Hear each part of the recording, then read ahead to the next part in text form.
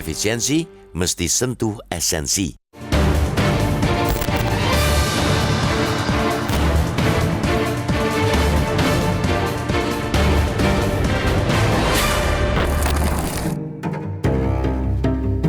Efisiensi memang tidak sama dengan penghematan. Sekadar berhemat membuat kita bisa menomorduakan hasil, sedangkan efisiensi sebaliknya. Bahkan secara bahasa, efisiensi berarti menempatkan hasil atau tercapainya tujuan di depan sumber daya. Maka, efisiensi tidak berkompromi pada hasil. Hasil tidak boleh hanya hampir tercapai, apalagi tidak. Pemahaman efisiensi itulah yang mutlak diterapkan pada efisiensi anggaran di pemerintahan Prabowo. Dengan sumber pendapatan yang menyempit, sedangkan program dan jumlah anggota kabinet semakin besar, kita sepakat bahwa efisiensi anggaran diperlukan. Terlebih selama ini sudah menjadi kebiasaan di banyak kementerian, lembaga, anggaran justru diboroskan untuk perjalanan dinas, rapat di luar kantor, seminar, dan berbagai acara seremonial. Dengan begitu, instruksi efisiensi anggaran yang dikeluarkan Presiden Prabowo pada 22 Januari lalu memang perlu. Namun yang jadi soal, target efisiensi 306 triliun rupiah nyatanya ikut berimbas pada program yang lebih luas. Gambaran paling jelasnya ada di Kementerian Pekerjaan Umum dan Perumahan Rakyat atau Kemenpupra.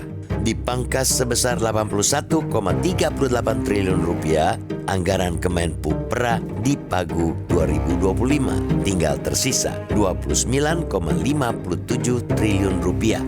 Akibatnya, 21 proyek infrastruktur terimbas, termasuk pembangunan 14 bendungan dan 1 bangunan pengarah ruko, revitalisasi danau dan situ, pembangunan dan rehabilitasi jaringan irigasi seluas 38.550 hektar.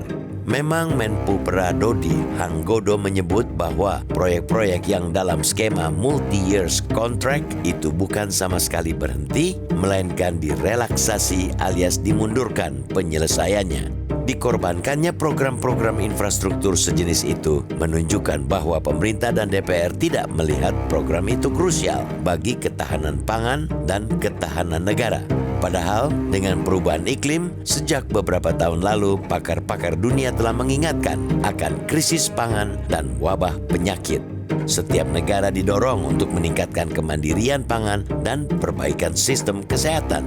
Sebab itu, ketika pekan lalu Presiden Prabowo menginstruksikan perombakan target efisiensi, maka saatnya membuat penghitungan yang lebih cermat. Kemarin, sejumlah komisi DPR RI telah kembali rapat dengan kementerian atau lembaga atau KL untuk membahas efisiensi anggaran.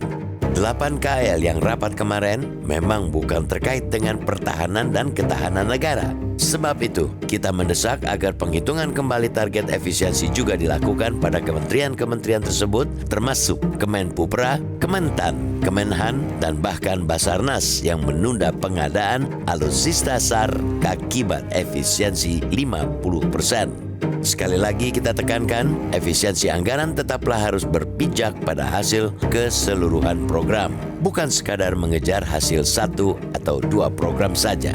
Tanpa keadilan dan keberimbangan pada efisiensi anggaran, pemerintah sebenarnya mempertaruhkan ketahanan dan pertahanan negara. Rakyat dihibur lewat perut, sementara matanya ditutup dari ancaman krisis yang lebih besar terus mengintai.